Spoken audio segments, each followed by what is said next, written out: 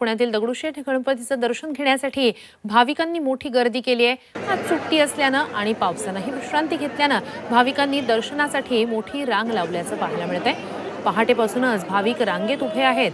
बाप्पाचं दर्शन होईल यासाठी तासनतास रांगेत भाविक ताटकळत उभे आहेत। मात्र तरी कुठेही भाविकांमधला उत्साह तसूभरही कमी झाला नाही। याचा आढावा घेतला आमचे प्रतिनिधी निलेश खरमरे यांनी।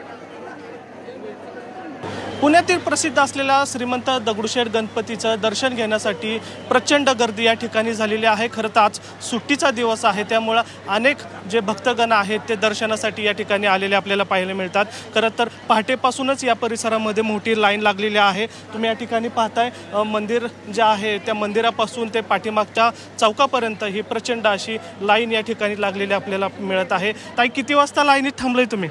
सकाळी 6 वाजता। आता किती वेळ झाला? 3-4 तास झालेत। कुठून आलाय तुम्ही? मी पिंपरीमधून आलेलो आहे। दोन घंटे तर झाले लाईनमध्ये लागून।